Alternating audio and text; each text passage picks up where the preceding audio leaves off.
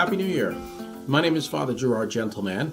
I am the director of the St. George Trek, and I'm using this video as an opportunity to reach out to the participants for the 2017 Trek, their families, and the diocesan committees that are sending our young participants. I know that in my initial email to you of acceptance, I promised that I would be contacting you by phone, and I have attempted to do that for some.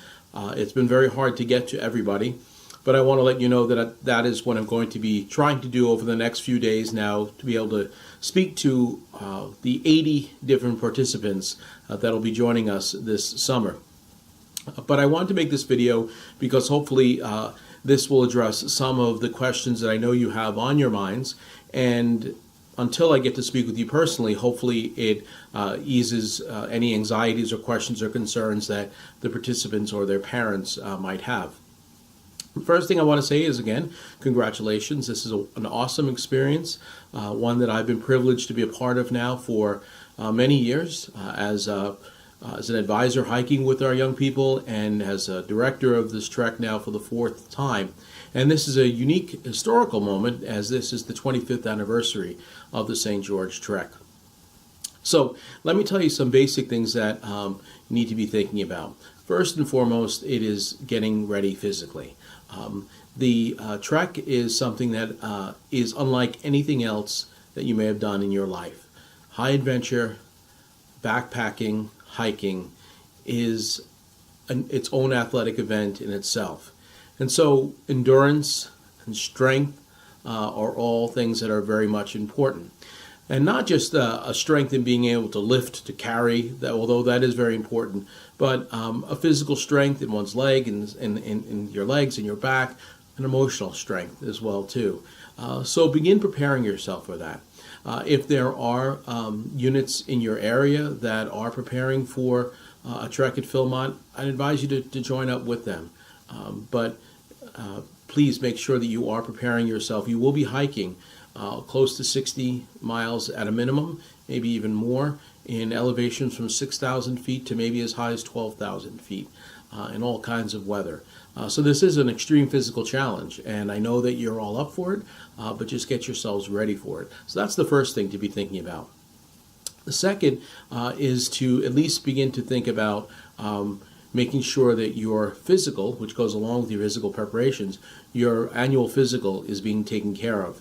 Now, I know that for the most part, most people's insurance only covers one physical per year. So that might be a little difficult for some of you to get the physical done before June 1st. But I would assume that most of you are going to be able to do that. In the original email, and I'll include a link with this again, you can find the BSA's physical form. That needs to be taken to your doctor, and you must receive a physical within 1 year of the trek. You also want to begin to think about the travel arrangements. As I said in my initial letter to you, we encourage flying over bus or rail transportation, as those methods are a little less reliable. The train and bus stations are in a little bit more of a remote area in Albuquerque.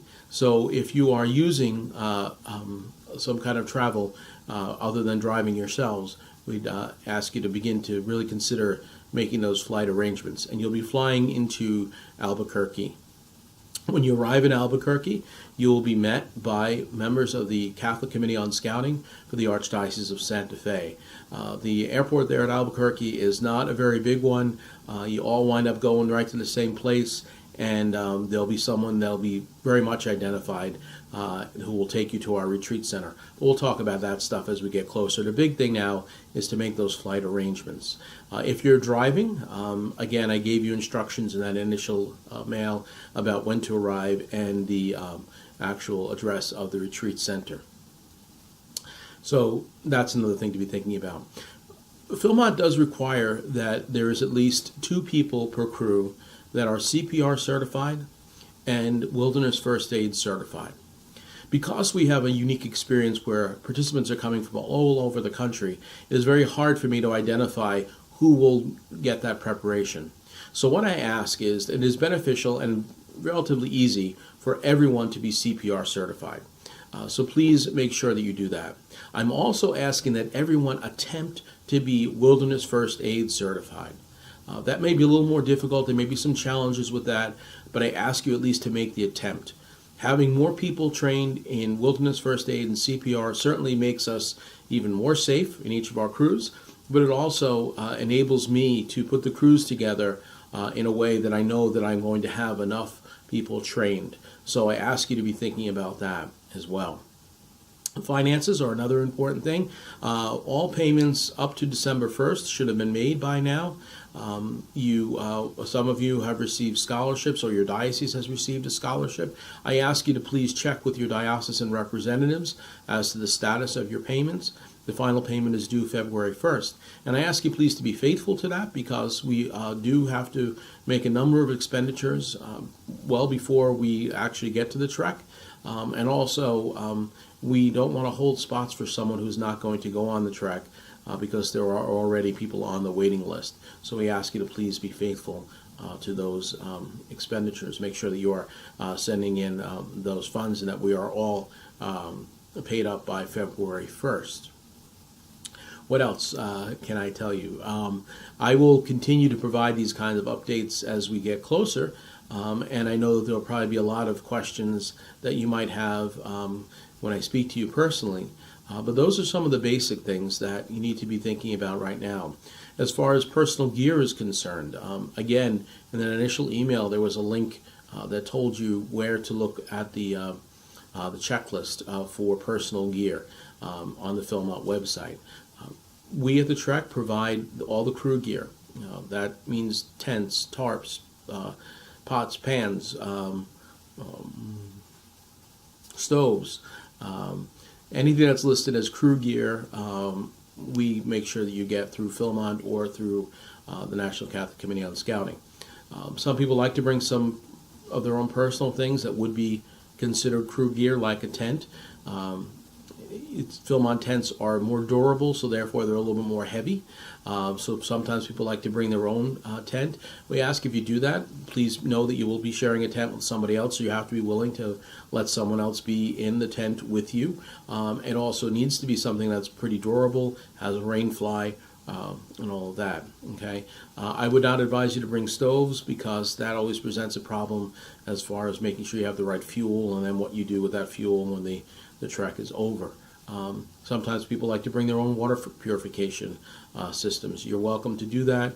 For the most part, in most places we're at Philmont, you have potable water. Philmont gives us the what we need to purify water. So that's not a necessity, but some folks like to do that. But please check that